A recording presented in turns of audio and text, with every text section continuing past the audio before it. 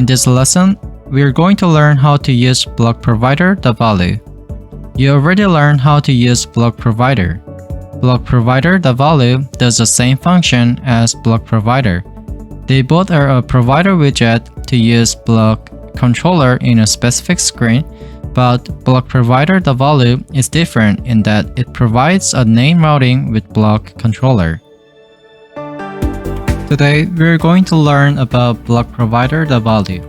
If you have taken previous lessons related to block pattern, you might ask what is the difference between BlocProvider and BlocProvider.value. It is quite simple.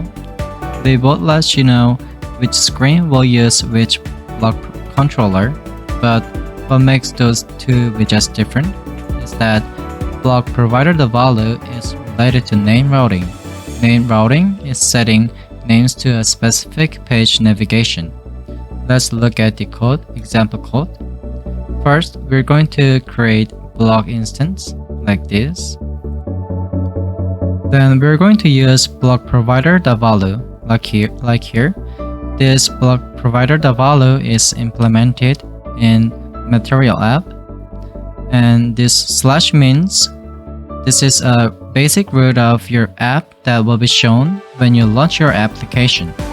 In root page, we're going to set block instance you created as a value of BlocProvider.value, and then we're going to set my homepage screen as a child of BlocProvider.value. Let's look at the screen here.